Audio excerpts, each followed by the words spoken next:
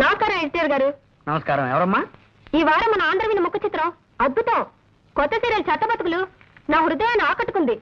ఆంధ్రవిని మా ఇంటికి రాగానే నే ముందు చదవాలంటూ మా వారు నేను పోట్లాడుకుంటాం. డయానారా టీవీ ప్రకటన మీ పత్రిక హైలైట్. నీ పేరేమిటమ్మా? వాగ్దేవ్ అండి. 2 ఏళ్ల క్రితం నావి 2 ఉత్తరాలు మీ పత్రికలో పడ్డాయి, గుర్తులేదు?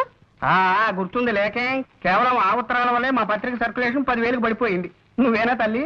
ఏం కావాలి? ఇదిగోండి. ఏమిటది? నేను ఈ మధ్య కొన్ని కవితలు రాశాను, మచ్చుక్క ఒకటి వినిపిస్తాను, వినండి. ఆకాశం రంగు నీలంగానే ఎందుకుంటుంది, ఎర్రగా ఉంటే బాగుండదు గనక. రక్తం ఎరుపు రంగులోనే ఎందుకుంటుంది, నీలంగా ఉంటే బాగుండదు గనక. మల్లె తెల్లగానే ఎందుకుంటుంది, నల్లగా ఉంటే బాగుండదు గనక.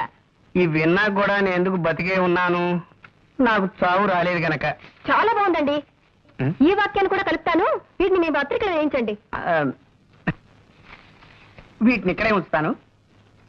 మేము ఇంకా పత్రిక నడపలేం అని గట్టిగా నిర్ణయించుకున్నాక మీ కవితలు చివరి సంచికలో వేస్తాం. అవి రిలీజ్ అయ్యేసరికి మేము ఏ ఆఫ్రికానో అండమాన్సో పారిపోతాం. ఇవి ఇక్కడే ఉంచుతానమ్మా. థ్యాంక్స్ అండి.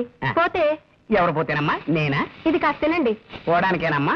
నేనే స్వయంగా తయారు చేసిన స్వీట్ అండి. వంట వార్పు శీర్షికలో మీరు ప్రచురించాలి.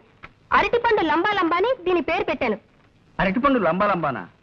ఈటర్ బొందా బొందా అనకపోయావు. అలాగే ప్రచురిస్తానమ్మా. మళ్ళీ తినడం ఎందుకు రిస్క్, జీవితం మీద ఆశ ఉన్నవాడిని. ఇది ఇక్కడే ఉంచమ్మా. వస్తానండి. వచ్చేసరి ఇంకొన్ని కవితలను స్వీటు తెస్తాను. మళ్ళీ మీరు ఎప్పుడు వస్తారో ముందుగా చెప్తే ఆ రోజున సెలవు పెట్టుకుంటాను. అబ్బే, సెలవు పెట్టి మరీ వినాల్సిన అవసరం లేదండి. ఆఫీసులోనే విందురు గాని. వస్తానండి.